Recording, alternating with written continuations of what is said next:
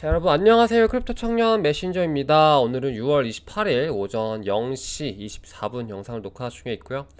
좀 오랜만에 돌아왔죠. 좀 쉬다가 왔는데 제가 올해 비운 건 아니지만 그렇지만 이제 또 여러 가지 이슈들이 있었던 것 같더라고요. 그래서 한번 간단하게 보고 마무리해 보도록 할 건데, 일단 비트가 지금 잠깐 내려왔습니다. 그래서 아까까지만 해도 21,500 정도, 1000 위로 좀 왔다 갔다 했던 것 같은데, 한 시간 보면은 이렇게 10시 요때가 이제 또 이게 참 그래요. 이게 이제 나스닥 딱 열릴 때죠. 10시 반. 그래서 이렇게 조금 내려왔고요. 지금 2700 정도에서 횡보 중입니다. 그래서 거래량 같은 경우는 BUSD가 아니죠. BUSD 말고 USDT로 봤을 때 거래량은 조금 줄어든 것 같고, 지금 보시면은 지금 일봉으로 보시면 거래량이 굉장히 좀 줄어들고 있어요. 그래서 이게 지금 구간이 좀 진짜 반등이냐, 그러니까 여러 가지 상황들 있잖아요. 여러 가지 가능성이 있잖아요. 진짜 반등이냐, 아니면 약반등이냐, 아니면 데드캣 바운스냐, 아니면 한 1, 2주 정도 좀 좋을 만한 반등이냐, 이렇게 좀 볼 수 있는데, 일단 거래량이 이렇게 좀 많이 줄어들면서 좀 힘을 잃는 그런 모습이 보이고 있기 때문에 뭔가 더 강한 반등을 그러니까 3만 이상, 4만, 5만 이렇게 반등을 좀 기대하기는 되게 어려울 것 같고, 말씀드렸던 것처럼 좀 약반등 장세가 조금 유지되다가 다시 또 저점을 갱신을 하지 않을까라고 보고 있어요. 그래서 저 같은 경우는 일단 1차 매수 구간이 지금 타겟 구간이 16,000에서 17,000 정도고요. 그리고 그 밑으로 갔을 경우에 12,000에서 14,000 정도 되겠죠. 그리고 좀 시들도 조금 남겨놨다가 이제 10,000달러 깨진다라고 할 때, 만약에 그런 상황이 나왔을 때 페이엑스에 나오면 이제 들어간다라고 말씀드렸었고, 이제 모든 그 매수 구간 자체는 단순히 그 숫자가 떴다고 해서 매수가 들어가는 게 아니라, 그러니까 예를 들어서 16,000, 17,000 들어간다면서 왜 안 들어갔어? 라고 하는 게 아니라, 16,000이 오더라도 어떤 다른 대외 변수라든지 상황적으로, 혹은 이제 분위기, 혹은 그리고 그 떨어지는 그 속도나 어떤 그런 것들 있잖아요. 그런 것들 좀 보면서 들어가야 될 것 같고, 지금 개인적으로는 바닥을 좀 많이 바닥에 조금 더 많이 근접하지 않았나라고 보고 있으면서, 앞자리가 일자로 오는 게 진짜로 좀 오래 걸릴 줄 알았어요, 사실. 근데 이제 굉장히 좀 빠르게 왔고, 지금 현재 구간에 있다라고 좀 상황을 보시면 될 것 같고요. 지금 보시면 이게 사이클마다 이제 전고점 대비해가지고 얼마나 더 떨어졌는지를 이제 나타내는 차트인데요. 그래서 보시면은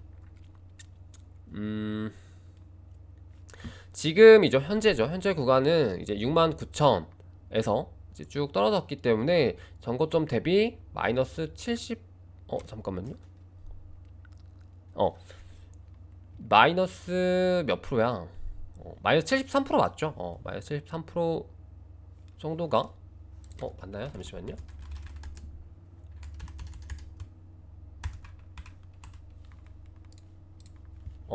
전고점 대비해가지고 굉장히 많이 떨어졌었죠. 이게 이제 17,500 정도 되겠죠? 딱 이렇게 찍힌 게 이 받침표 요 꼭지점이. 그 정도 보시면 되고, 이 전에 사이클 같은 경우도 18년 베어 마켓 같은 경우도 전고점 대비해서 거의 마이너스 79%에서 마이너스 84% 구간까지 있었다. 그리고 그 전 사이클 13년 사이클 같은 경우에도 마이너스 75%에서 마이너스 80% 구간에서 이제 이 박스권 행보를 했었다라고 합니다. 그래서 이때 첫 번째 사이클에서도 그 박스권 행보고요. 최대 마이너스 3.8%까지 갔었죠. 그리고 전고점 대비해가지고 전 저점 갱신 같은 경우는 410일 정도 걸렸다고 하고요. 요때는 제가 이제 투자를 안 했었기 때문에 이렇게 이렇다고 합니다. 그리고 18년 사이클 같은 경우는 전고점 해서 전 저점이 찍힐 때 362일 정도, 그리고 아까 봤었던 이 박스권 구간은 79에서 마이너스 84%까지 걸렸고, 그리고 이제 코로나 같은 경우는 조금 이제 논외로 해야 되지만, 이제 요것도 이제 뭐 같은 이제 이 사이클 로 이제 작게 본다면 마이너스 75% 정도 떨어졌었다. 그래서 대략 마이너스 80% 정도 언저리에서 이렇게 투자를 했을 경우에 굉장히 좀 큰 수익이 났었더라 라고 좀 볼 수 있겠죠. 그리고 이제 저번 영상에서 한번 봤었는데 이제 이 구간 자체도 그 고점 찍고 전저점이 갱신되는 그 기간 자체도요.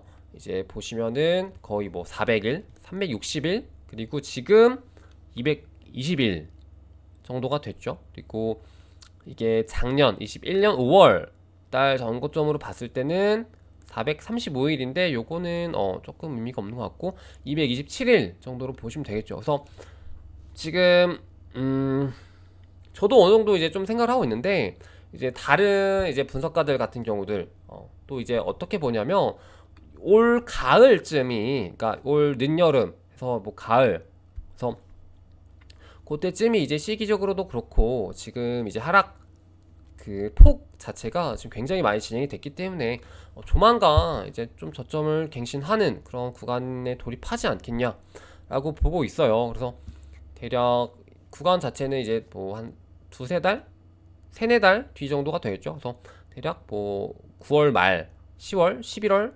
요때쯤이 좀 저점 구간이 되지 않겠냐라고 보는 분석가들이 좀 많이 있어요. 그래서 저 같은 경우도 좀 어느 정도 이제 그렇게 보고 있고요. 그리고 실제로 이런 지표들도 좀 그렇게 보고 있죠. 그래서 내년에 되게 안 좋은 어떤 뭐 그런 경제적으로 안 좋은 그런 일들이 없다면 이제 좀 그렇게 될 가능성도 좀 열려 있다. 그래서 이제 매수 타점을 좀 기간적으로 본다면 그 정도로 이제 보시면 좋을 것 같아요. 어떻게 흘러갈지 모르지만 이제 어느 정도는 그런 흐름으로 가겠다. 내가 매수는 그때쯤에 하면 좀 저점이 나올 수도 있지 않겠나라고 생각하시고 대응하시면은 좋을 것 같습니다. 그래서 내년에 되게 안 좋은 일들이 또 있을 수도 있잖아요. 그래서 우리는 이제 그것들을 대비해서 시드를 조금 현금을 남겨놓고 또 대응을 해야겠죠. 그래서 이런 사이클로 한번 시장을 봤고요. 요 같은 경우는 아까 말씀드렸었던 이제 볼륨이 감소하고 있다라고 합니다. 그래서 초반에 13일에 이때가 이제 제가 좀 놀랐었던 하락이었죠. 이때가 이제 처음으로 막 팍 떨어졌을 때 알트도 완전 나락하고, 그래서 이때 볼륨이 굉장히 많이 있었다가 점점 볼륨이 줄어드는 이 무빙이죠. 지금 보시면은 여기입니다. 이렇게 좀 볼륨이 줄어들고 있고, 특히 주말 같은 경우는 좀 볼륨이 계속 줄어드는 경향이 있었죠. 그래서 이번 주 중으로 해가지고 좀 어떻게 그려질지 좀 궁금하고요. 이번 주가 이제 또 월봉 마감도 하죠. 월봉 마감도 하기 때문에 이제 200주 평균선이 200주 평균선이 이제 월봉 마감에 이제 걸쳐질지 뚫릴지 올라올지 그런 것들도 좀 같이 보시면은 좋을 것 같아요. 지금 상황에서 활용할 수 있는 지표들이 좀 되게 제한적인 것 같아요. 그래서 그런 것들로 이제 보시면서 대응을 하시면 좋을 것 같고, 이거는 이제 사실상 뭐 CPI 지수, 소비자 물가 지수가 계속 발표되는 날짜거든요. 그래서 작년부터 이 날짜 2021년 11월 10일, 12월 10일, 그리고 22년 1월 12일, 2월, 3월, 4월, 5월, 6월, 7월 13일에 이제 또 발표가 나는데, 이 소비자 물가 지수가 발표 날 때마다 굉장히 좀 하락, 그러니까 다운 트렌딩을 좀 보였죠. 보시면은 발표 나고 떨어지고, 발표 나고 좀 떨어지고, 발표하고 또 떨어지고, 발표가 떨어지고, 떨어지고. 그래서 이번 7월 물가 발표가 13일에 나고, 그리고 이제 실질적으로 금리 인상 같은 경우는 7월 넷째 주 정도에 나오죠. 그래서 요거 좀 굉장히 중요하다. 요게 또 안 좋게 나오면 아무래도 또 바닥을 보러 갈 수 있지 않을까라고 보고 있고, 대신에 이제 이런 물가 지표가 아직 2주 정도 남았죠. 2주 정도에는 뭐 큰 특별한 어떤 이슈가 없기 때문에 또 반등을 약간 좀 기대해 볼 수도 있지 않나라고 이제 보는 분들이 이제 또 매수를 최근에 좀 많이 들어갔었죠. 그래서 저 같은 경우는 좀 보수적으로 지금 상황을 또 보고 있습니다. 그래서 이런 것들 체크하시고요.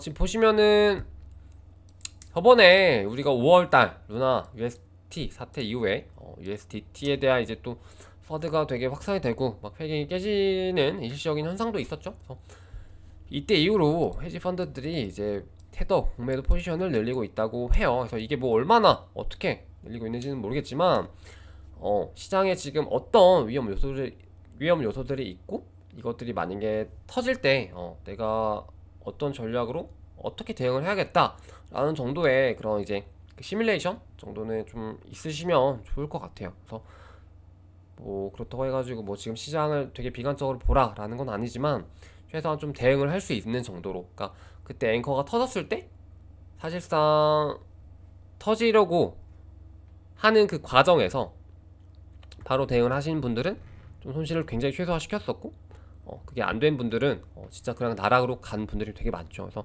항상 시장은 대응이 중요한 것 같아요. 그래서 저도 옛날에는 항상 막 사람들이 막 대응하는 거야. 근데 이제 아니 대응이 뭐 있나? 그 뭐 사고 파는 건데?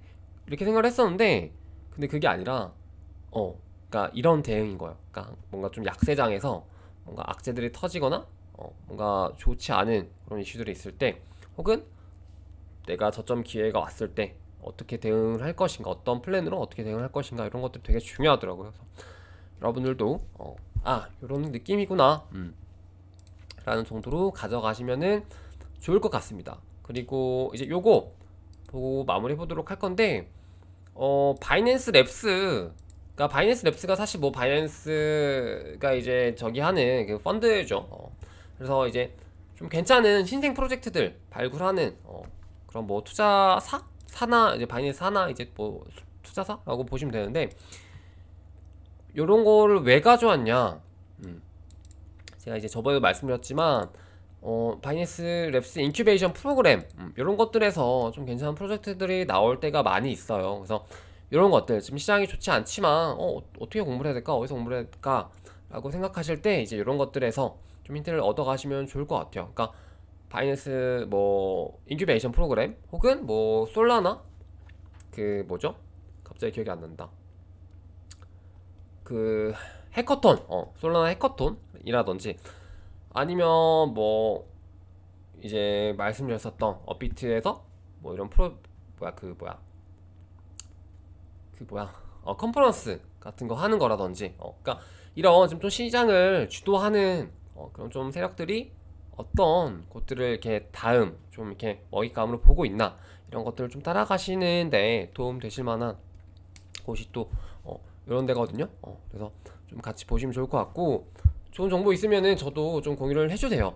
그래서 제가 모든 정보를 볼 수는 없기 때문에 이런 게 있다라고 정도로 보시면 좋을 것 같고 특히 그때 솔라나 해커톤 때 되게 핫했던 게 완전 초창기 때 스테픈이 있었어요. 사실 그때 스테픈이 솔라나 해커톤 때 되게 좀 좋은 성적을 내가지고 되게 잘 됐었거든요 그때. 근데 이제 그러고 있다가 나중에 더 잘 돼가지고 바이낸스 런치패드 갔었던 거고 그 이후로 이제 대박이 났었던 건데 그런 식으로 되게 겹치는 프로젝트가 가끔 있어요. 그래서 그런 애들 되게 이제 좀 눈여겨보면 좋을 것 같고 이제 빵 뜨기 전에 분명히 좀 잠재된 프로젝트들이 이런 곳에서 이미 주목을 받고 있는 확률이 높기 때문에 이런 것들을 좀 주목하시면 좋겠다라고 좀 말씀을 드리고 싶습니다. 그래서 오늘 방송은 좀 짧게 저도 아직 이제 그 시장을 좀 따라가고 있어요. 밀렸던 이제 정보들을 좀 숙지하고 공부하고 있는데 네, 그렇습니다. 그리고 뭐 지금 사실 뭐 시장 상황인지라 이렇게 뭔가 정보가 많이 없기도 하고요. 그리고 이번에 요 며칠 상승장에서 도미노스가 굉장히 많이 떨어지고 비트가 좀 비트 대비 이제 알트들이 좀 많이 올랐었죠. 특히 이제 그때 우리가 봤었던 게 세 가지였죠. 뭐 솔라나, 뭐 에이프, 그리고 뭐 또 하나 뭐가 있었는데 그거였는데 요거 말고도 역시나 그러니까 잠깐이지만 순환 펌핑이 있었어요. 그래서 보셨을 때 아발란체라든지 폴리곤도 굉장히 많이 올랐었죠. 이거 주봉으로 한번 봅시다. 그래서 보시면은 컴파운드, 뭐 샌드박스, 폴리곤, 뭐 질리카, 뭐 이런 친구들 굉장히 많이 올랐었어요. 그래서 요런 잠깐의 반등 장세에서 이런 순환 펌핑 이런 것들을 좀 느끼시는 좀 장세가 되지 않았을까 라고 보고 있고, 그럼에도 불구하고 제가 좀 드리고 싶은 말씀은 이런 수익률을 쫓아서 좀 리스크하게 좀 투자하는 것보다 그냥 비트 안정적으로 모으시고, 비트 모았다가 그게 정말로 사이클이라는 그 거대 상승장 초입이 느껴질 거예요. 그때 알트 투자하는 게 되게 좋거든요. 그래서 지금은 이런 수익률을 좀 놓치실 수 있다고 느끼실 수 있지만, 놓친다고 느끼실 수 있지만, 그럼에도 비트 위주로 좀 최대한 단단하게 시드를 좀 이렇게 투자의